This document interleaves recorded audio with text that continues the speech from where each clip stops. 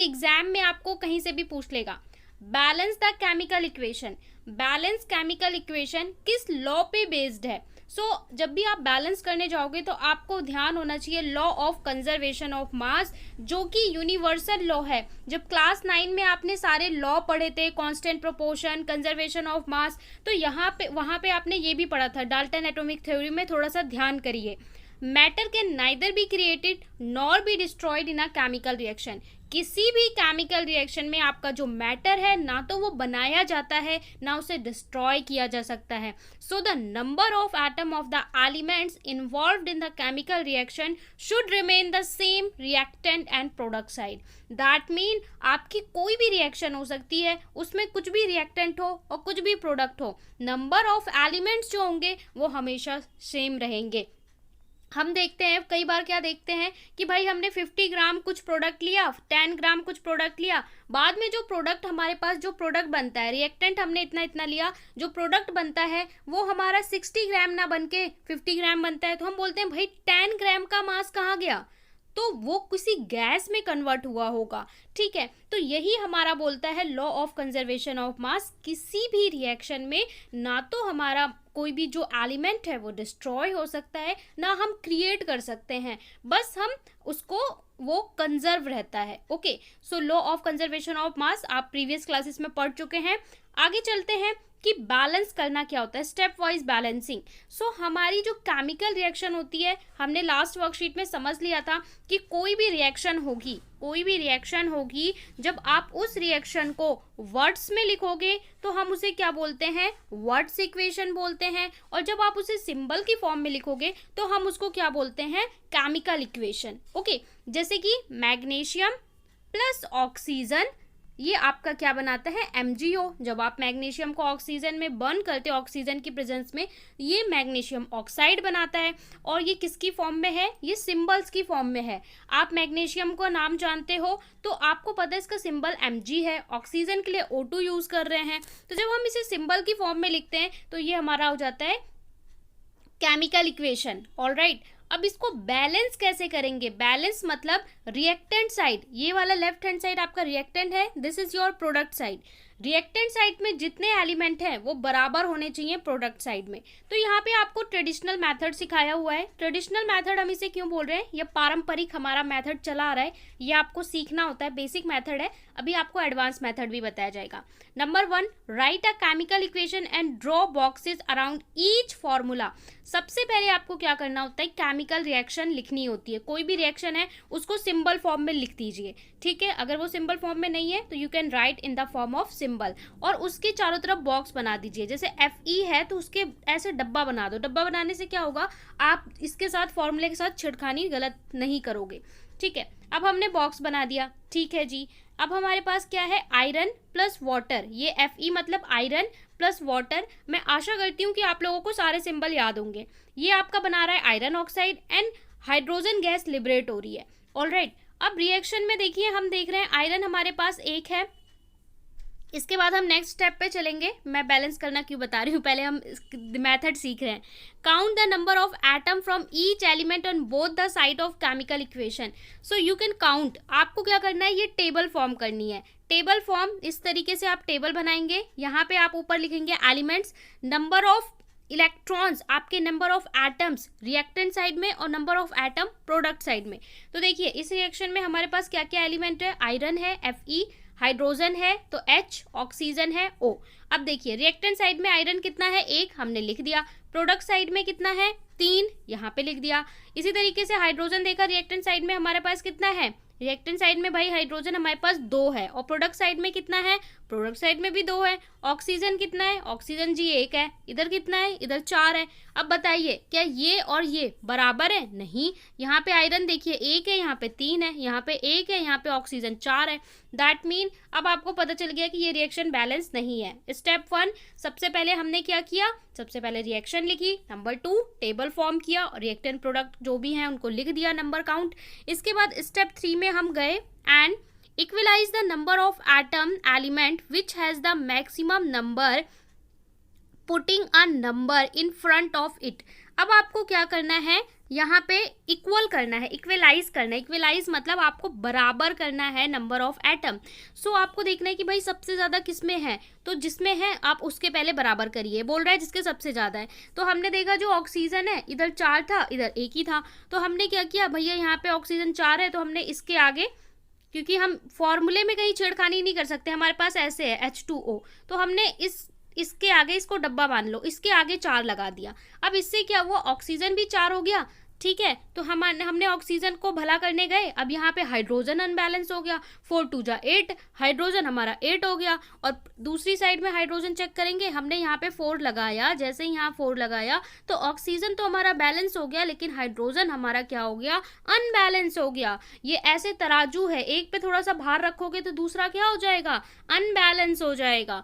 तो अब आपका ये अनबैलेंस हो गया, तो आपको फिर नेक्स्ट स्टेप पे जाना है। नेक्स्ट स्टेप पे हम गए, स्टेप 4 पे, try to equalize the atom of elements on reactant and product. फिर से बराबर करने की कोशिश कीजिए। हमारा हाइड्रोजन गड़बड़ा गया था, तो हमने हाइड्रोजन के इधर भी 4 लगा दिया। अब हम देखेंगे क्या हमारा सब कुछ बराबर हो रहा है। So write the physical state of the element. So अब हम देखेंगे तो हमारा बराबर हो गया।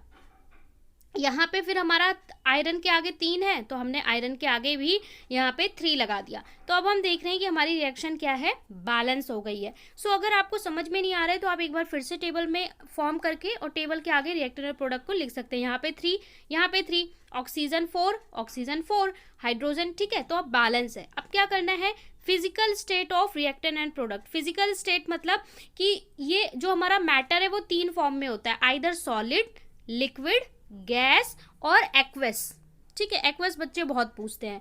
तो आपका जो भी एलिमेंट जिस भी फॉर्म में है उसका आपको स्टेट लिखना है। जैसे आयरन सॉलिड की फॉर्म में है तो हम लिख देते हैं Fe और इन ब्रैकेट में छोटा सा s लिख देते हैं। s मतलब कि ये सॉलिड फॉर्म में है, ठीक है। इसके बाद G मतलब वाटर जो है आपका गैस फॉर्म के लिए भी हम H2O यूज़ करते हैं, सॉलिड के लिए भी, जो आइस होता है उसके लिए भी, तो ये आपको लिखना है। फिर आयरन ऑक्साइड बनेगा तो सॉलिड है, और हाइड्रोजन है तो गैस है, तो उसका हम स्टेट लिख देते हैं। यहाँ पे स्टेट भी आपको बताया हुआ है कि देखिए S मतलब सॉलिड स्टेट, G मतलब गैस, लिक्विड और एक्वस। तो एक्वस बच्चे बहुत पूछते हैं। एक्वस होता है ना जैसे थोड़ा कोलॉइड सा होता है, जो फ्लो नहीं कर पाता, बट लिक्विड और सॉलिड के बीच का समझ सकते हैं आप लोग, ठीक है। जो बहुत ही ज़्यादा गाढ़ा होगा लेकिन फ्लो भी नहीं करेगा, तो इस तरीके का होता है एक्वस। इसके बाद स्टेप 6 है, write the necessary condition for temperature, pressure, catalyst.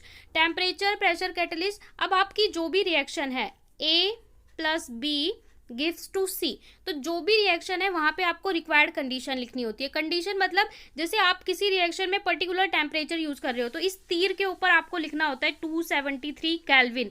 जैसे इतने टेम्परेचर पे ये रिएक्शन होगी तो आपको इस तीर के ऊपर वो टेम्परेचर लिखना होता है। सनलाइट हम सनलाइट में करते हैं तो इस तीर के ऊपर आपको क्या लिखना होता है, सनलाइट लिखना होता है। जैसे फोटोसिंथेसिस होता है तो हम सनलाइट लिखते हैं।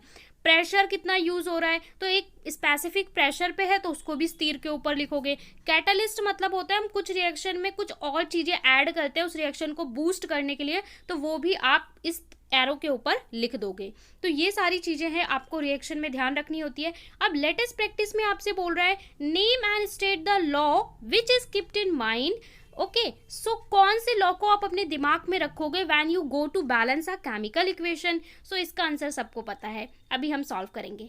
Right and draw balance chemical equation for the following. आपको बैलेंस करना है फॉलोइंग रिएक्शन को, A to G दे रखा है, दैट मीन 1 2 3 4 5 6 7 रिएक्शंस दे रखे हैं, इनको बैलेंस करके लिखना है। यहाँ पे बोल रहा है zinc react with silver nitrate. अब मैं ये आशा करती हूँ कि आप लोगों को सबके सिंबल याद होंगे। देखिए आपको स्टेटमेंट फॉर्म में एग्जाम में दे देगा, MCQ में भी, और वहां पे अगर आपको सिंबल याद नहीं है तो कुछ भी नहीं हो सकता।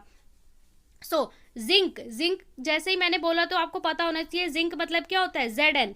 React with silver nitrate, silver nitrate क्या होता है भाई, AgNO3 ना, सिल्वर नाइट्रेट। तो आपको पता होना चाहिए कि सिल्वर क्या है, नाइट्रेट क्या है। जब जिंक नाइट्रेट करेगा इससे रिएक्शन तो क्या बनाएगा, जिंक Z के साथ Ag आएगा, और सिल्वर, सिल्वर मतलब Ag अलग हो जाएगा, ठीक है। तो सिंबल याद होने चाहिए, फिर आप बैलेंस करना तो बात की बात है, पहले आपको रिएक्शन लिखना आना चाहिए। सेकंड है पोटेशियम आयोडाइड। पोटेशियम क्या होता है, Ki। Potassium iodide react with lead nitrate, lead क्या होता है, Pb, ठीक है। इसके बाद silver chloride is decompose third में ये बोल रहा है silver chloride is decompose in presence of sunlight. Silver chloride AgCl को आप सनलाइट की प्रेजेंस में डिकम्पोज करते हैं तो वो क्या बनाता है, सिल्वर बनाता है, क्लोरीन गैस। तो इसकी पहले रिएक्शन लिखनी है, फिर बैलेंस करना है। इसके बाद है कैल्शियम ऑक्साइड। तो चलिए इन सबको हम सॉल्व करके ही देखते हैं, तो आपको मैं साथ साथ समझाती हुई चलूंगी। अभी तक लाइक नहीं किया है तो यार लाइक कर दो और अपने फ्रेंड्स के साथ शेयर भी कर दो, क्योंकि यहाँ पे आपको ऑथेंटिक कंटेंट मिलता है। तो अगर आपको साइंस का ऑथेंटिक कंटेंट मिल रहा है, so why are you going there and where. First question में आपसे बोल रहा है name and state the law which is keeped in mind when we balance a chemical equation. कौन से लॉ को माइंड में रखते हो? Law of conservation of mass is the law which keeped in mind when we balance a chemical equation. तो इसने बोला है पहले आप नाम बताइए, उसके बाद उसको स्टेट भी करिए, उस लॉ को लिखिए भी, ठीक है। एक क्वेश्चन में दो क्वेश्चन छुपे हुए हैं, तो हमने बता दिया कि law of conservation of mass. इसके बाद स्टेटमेंट आपको डिफाइन करनी है। So matter can neither be created nor be destroyed in a chemical reaction, so the number of atom of the elements involve in a chemical reaction should remain same at the reactant and the product side.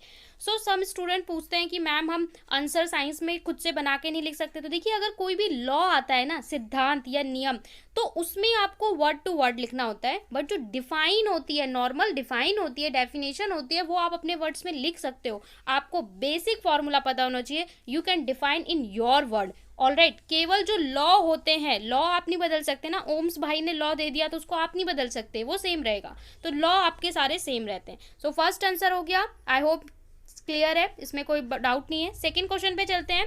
Second है write down the balance chemical equation for the following. Following के लिए, सारे के लिए आपको जी तक दिए हैं पार्ट्स, इनको आपको बैलेंस करके लिखना है। फर्स्ट है हमारा zinc react with silver nitrate.